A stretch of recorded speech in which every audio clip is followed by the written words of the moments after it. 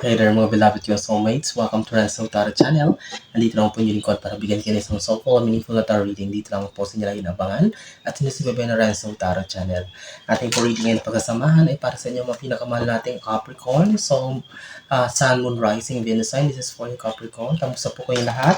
I hope you're doing great. I hope you're healthy, you're safe, and of course you're happy. Alright, so maraming salamat po sa inyong walang sawang tiwala, support at pagmamahal.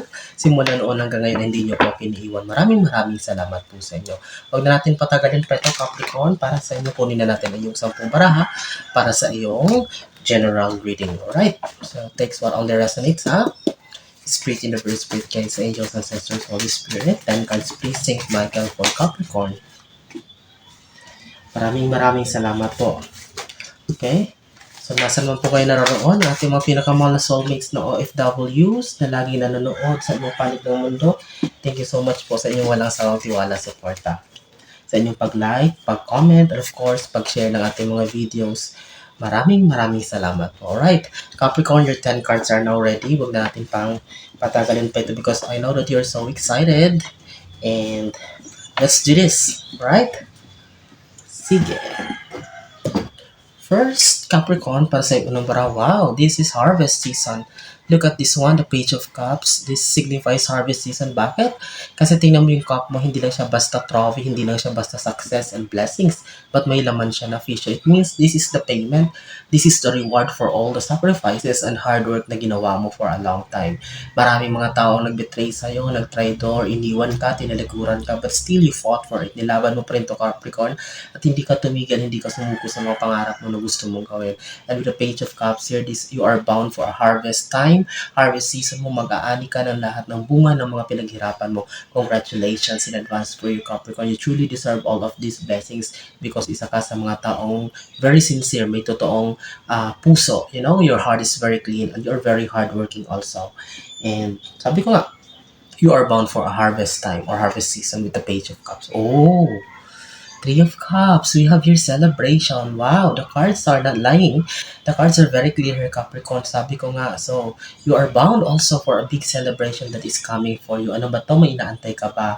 Meron ka bang big milestone? Meron ka bang isang malaking bagay na talagang for a long time, sabi ko nga, inaantay mo, nilaban mo, and you are waiting for a result. You're waiting for the, kumbaga, the big news that is coming. So, with the Three of Cups here, so claim mo na itong big celebration na parating sa'yo na maaaring makuha mo or makamit mo. Sabi ko, you truly deserve all of these blessings, Capricorn, and celebration because you've been through a lot. Hindi madali yung pinagdaanan mo. Grabe yung betrayal, grabe yung mga problema, grabe yung mga pagsubok and mga hardships. But here you are, you're going to claim this victory because sabi ko nga, as a person, Capricorn are very sincere and very hardworking people. Alright? Wow! First two cards, Capricorn, ay ang gaganda po. Okay, Emperor. So, nakikita tayong Capricorn dito na parang if you're waiting for something na elevation ng yung situation, promotion ba ito, approval of visa, something na mag-move ang sitwasyon mo from a certain situation na parang stagnant, walang growth, walang progress, bigla itong bubulusok pataas. There will be an offer, there will be a surprise, kumbaga unexpected blessing, unexpected news na ibibigay sa iyo or marireceive mo, may kinalaman sa trabaho mo, sa business, money related. And also this Emperor card signifies God and the universe, that you are being protected, divinely protected kayo Capricorn. You don't need to worry every day. Maybe sometimes you have doubt in your mind and in yourself kung kakayanin mo bang lahat. But with the Emperor card here, this signifies that you don't need to worry, hindi ka pwedeng matakot kasi guided ka ng Panginoon at guided ka ng universe, okay? In your everyday life, Capricorn. These are very beautiful cards. Pang-apat, we have here the King of Wands. Capricorn, this is transformation for you. Whether you like it or not, you just need to go to the flow. Hindi mo to pwedeng kontrahin, hindi mo to pwedeng salungatin.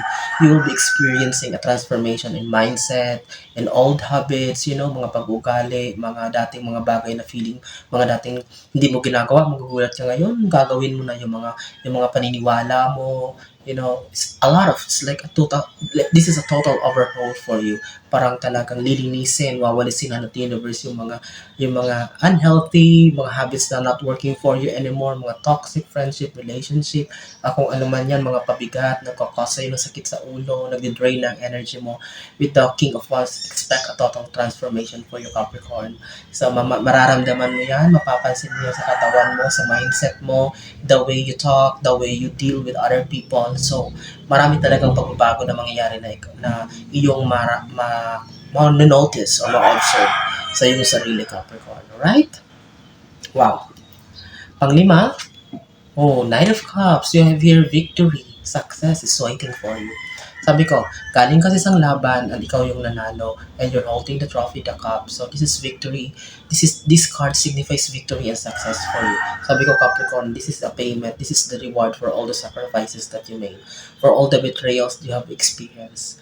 Sa mga pressure, sa mga disappointment, frustration, akala mo ay paulit-ulit na lang na bakit ganito, paulit-ulit na lang ako inaabusi, paulit-ulit na lang ako niloloko, tinatraitor, parang lahat ng mga plano ko, pangarap ko ay parang hindi dumadating. But with the victory card here, Knight of Cups, sabi ko, just a matter of perfect timing for you. You manifest for him. I-claim mo ito. Okay, talagang i-claim mo na ito. Tanggapin mo na ito. Victory and success coming on your way, Capricorn. Alright? So, wow. Ang ganda. We have 5 cards more left here. Kapag di po kayo nakasubscribe, please do subscribe our channel. Please do like, share, and comment na rin po. If you're watching this video sa ating TikTok account, pag-follow na rin po Renz Soul Tarot 444. And if you want to avail of private reading, kayo po yung unang mag-message po sa akin. Kapag may nauna pong mag-message po sa inyo mag-offer ng private reading, hindi po ako yan, scammer po yan. May nanggagaya po na aking account, so doble ingat po, be careful kasi maraming manula po ngayon. Alright? So kayo lang po ang unang mag-message sa akin. Pag-usapan po natin kung paano po kayo makaka-avail ng private reading. Pang-anim mong baraha, Capricorn, wow! We have here the Chariot card. This is movement. May mga Capricorn ako nakita dito magta-travel, magbabakasyon, mag-unwind sa malayong lugar, or maybe overseas ito, ibang bansa, or if you're waiting for something talaga, sabi ko, this is elevation, this is movement, moving forward from a certain situation na walang growth, stagnant, nakatenga, walang progress na nangyayari. So Capricorn, tuloy-tuloy na ito, moving forward, tuloy-tuloy na pag-arangkada mo. You are on the right track. You are on the right path. So it's just a matter of hard work and patience and focus na rin with the Chariot card here. Talaga, believe me, Capricorn, abot kamay mo na ang tagumpay. Alright? So, grabe. Wala ka masabi sa reading nito.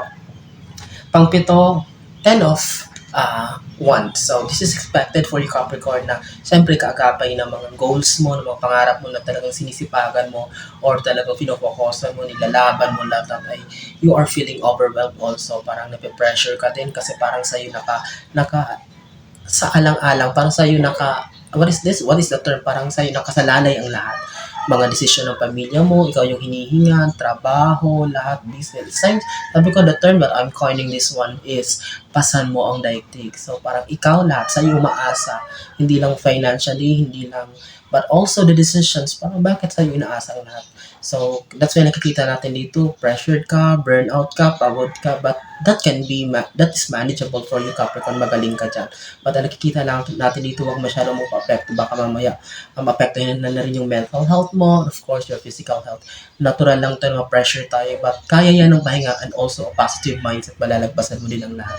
Okay, that is a blessing in this case for you. Lagi ko sinasabi na maswerte ka nga, Capricorn, kasi sa'yo nakaasalali ang lahat. Marami kang tinutulungan. Mas maraming tinutulungan, mas maraming kapalit na magaganda na parating o ibibigay sa'yo sa universe. Okay? Capricorn, tingnan mo, ang daming pera dito.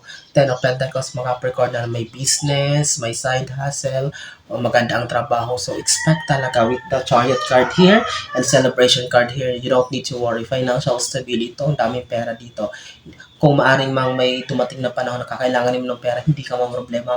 Mabilis ang way para makahanap ka ng paraan para masolusyonan ito. And with the 10 of Pentacles here, expect bloom or talagang pag-boom ng business, pag-branching out, because this is trading, nakakita tayo dito ng parang busy. Mabibusy yung business mo, mabibusy yung services na ino-offer mo kung ano man ang meron ka. Okay, so your time, your job, so it's all about being busy or talagang, kumbaga, this is a good problem for you, Capricorn, because this is more about money, more about financial situation, financial improvement. So, i-claim mo na ito. Bubuhos ito para sa iyo. Uulan itong mga kaperahan para sa iyo, Capricorn. Alright? So, wow. Pang 9 card mo, Tower. So, Tower is ending. Tower is collapse of certain situation, institution na hindi na nag-work out para sa iyo and hindi na talaga nakakatulong for in the long run for you. So Capricorn, whether you like it or not, so kailangan mong tanggapin ito. You don't need to kontrahan ito. So universe ang gagawa ng paraan. May mga relationship, may mga friendship, may mga trabaho na tatanggalin ka dyan o mawawala ka dyan. May mga sitwasyon na parang pinangahawakan mo for a long time but still not working anymore for you, mawawala na yan. Siyempre, alam natin na kapag may tower, kapag may ending, may mas magandang kapalit na ibibigay sa universe. Hindi yan mangyayari, hindi yan mawawala sa'yo, hindi yan magtatapos kung walang mas maganda, mas malaki, mas masaya na kapalit na ibibigay sa universe para sa iyo, Capricorn. Alright? You just need to go to the flow, huwag kang matakot, huwag kang magduda, okay? I-accept mo ito, sabayan mo ito, and you are on the right track, you are on the right path, Capricorn. So, there's no question about it. Alright? Tapusin natin tong napakaganda mong reading, Capricorn, with your 10th and last card. Oh, we have here the 4 of Pentacles. 4 of Pentacles signifies kasabay daw ng pag-claim mo nitong mga bonuses, nitong mga rewards, nitong mga blessings, Capricorn, ng parating sa'yo na deserve mo naman, ay samahan ito ng pag-control, pagiging matalino, pagtamang matalinong pagdesisyon sa pagpalabas-pasok ng pera. You need to hold on to your finances very carefully kasi mahirap na kung puro palabas, puro failure, and you need to start all over again para makapag-ipon. Siyempre, mas gusto natin na hindi naman sa nagiging ganid ka, hindi naman sa para nagiging mukhang pera ka, but kung kinakailangan na kaya mong gawa ng paraan, Capricorn, na kumbaga maging smooth ang lahat, kailangan mo na mag-research, pag-aralan mo ng mga mabuti yung mga desisyon na gagawin na may kinalaman sa pera ay kailangan gawin. Dobling ingat, dobling talino ang kinakailangan dito. Walang masama dito, Capricorn. It's just a matter of being mindful, being wise sa kaperahan. Okay? Kung pwede ilista yung perang dumadating kung saan ito ginastos. At wag na wag kagastos sa mga bagay na hindi naman kinakailangan talaga. There's no such big importance for you. All in all, this is a very beautiful reading for you, Capricorn. I'm wishing you all the best in life. Thank you so much. I hope and pray na marami na sa na Capricorn makapag dito ngayon. Mga Capricorn kong soulmates, maraming salamat sa inyong muling pagsama sa inyong lingkod. Hanggang sa susunod nating pagkikita na sa mga naroroon ano man ang ginagawa nyo. Mag-ingat po kayo lagi and God bless us all.